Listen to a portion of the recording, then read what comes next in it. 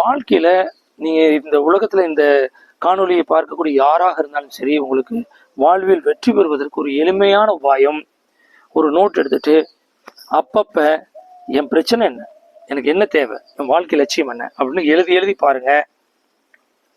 உங்களுக்கு ஒவ்வொரு மாசமும் அந்த வாழ்க்கை லட்சியம் மாறிட்டு இருக்குன்னா இன்னும் கரெக்டான லட்சியத்தை நீங்க பிடிக்கலன்னு அர்த்தம். அதை ஃப்ரீஸ் பண்ணுங்க. வாழ்க்கை லட்சியம் நீண்ட கால லட்சியம் என்பது அடிக்கடி மாறக்கூடாது. அப்படி மாறுச்சுன்னா உங்க மைண்ட் ஸ்டெபிலைஸ்டா இல்லை, மைண்ட் ஸ்டெபிலிட்டி இல்லைன்னு அர்த்தம்.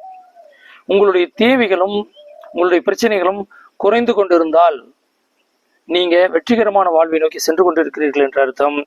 மாறாக உங்களுடைய பிரச்சனைகள் அதிகரித்து கொண்டே இருக்கிறது என்றால் உங்களுடைய வாழ்க்கையினுடைய முறையிலே தவறு இருக்கிறது என்ற அர்த்தம். அதை சரி செய்து கொள்ள சுந்தரமனத்திற்கோ அல்லது உங்கள் ஊரில் அருகே இருக்கக்கூடிய ஒரு நல்ல ஆலோசகரிடத்திலோ போய் மனம் விட்டு பேசி தீர்வை உருவாக்கி கொள்ளுங்கள். ஓம் ராம். நல்லது நடக்கட்டும்.